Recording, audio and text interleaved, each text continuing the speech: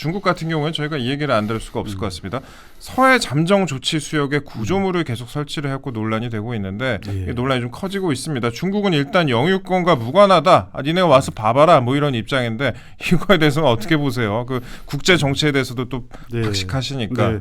중국의 이런 이 군사적 위협, 또 최근에 계속 어떤 간첩 문제라든가 이런 거 나오지 않습니까? 그죠? 그런 이런 이슈가 불거졌을 때 과연 우리가 미국에 대해서 또는 중국에 대해서 어떻게 할 것인가? 여기에 대해서 이제 이 대선 토론 과정이라든가 이 여야 간의 이제 주자가 확정된 다음에 할 때도 본격적으로 사실 큰 이슈가 될 것 같고, 특히 지난번에 이제 작년 12월 올해 1, 2월에 2030 세대들이 보면은 중국에 대해서 아주 이 거부하는 반응을 보이지 않습니까? 그렇죠?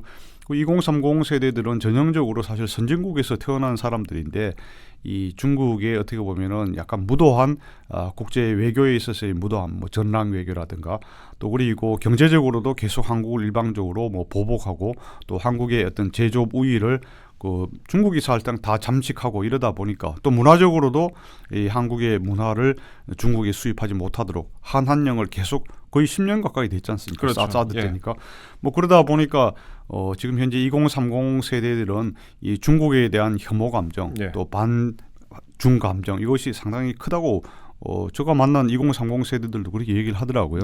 그래서 우리 정치권에서 뭐 이것을 일부러 뭐 특정 국가에 대해 가지고 친소 이걸 정치 무기화하자는 건 아니지만은 이 기회에 어떤 중국이 사실은 좀 태도를 바꾸면 좋겠다 이런 생각을 합니다. 그죠? 한중 관계에 있어서 진짜 중국이 흔히 말하는 이사갈 수 없는 두 나라 사이인데 그러려면 한국이 잘못한 거라기보다는 중국이 이런 것을 많이 조장을 했잖아요. 그죠? 한한령도 그렇고 한국에 대한 사드 일방적인 보복 그리고 한국에 대해서도 그리고 지난번 저 기억에는 윤석열 정부가 처음 출범했을 때 그때 당시 박진 외교부 장관을 불러가지고 응당 한국 외교가 이 5가지를 실천해야 한다라고 거의 옛날로 치자면은 그 중국이 제후국 조선에 대해서 하는 것처럼 외교 원칙 5가지를 중국의 그 베이징도 아니고 저쪽에 심양인가 이런데 호텔에 불러서 칭다오인가 제시를 했어요. 사실 이것은 말이 안 되는 겁니다.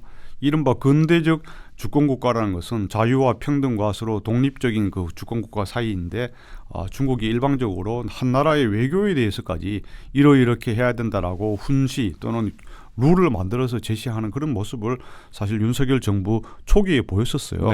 그렇기 때문에 중국이 사실은 그런 태도를 한국을 진정으로 존중하는 모습을 보여야 된다. 단지 이번 올 가을에 경주 에이펙에 시진핑 주석, 뭐 공산당 총석이 오느냐 안 오느냐가 문제가 아니라 그 방한 자체가 문제라기보다는 중국의 컨텐츠, 한국을 대하는 태도 이것이 본심이 저는 좀 달라졌으면 좋겠다.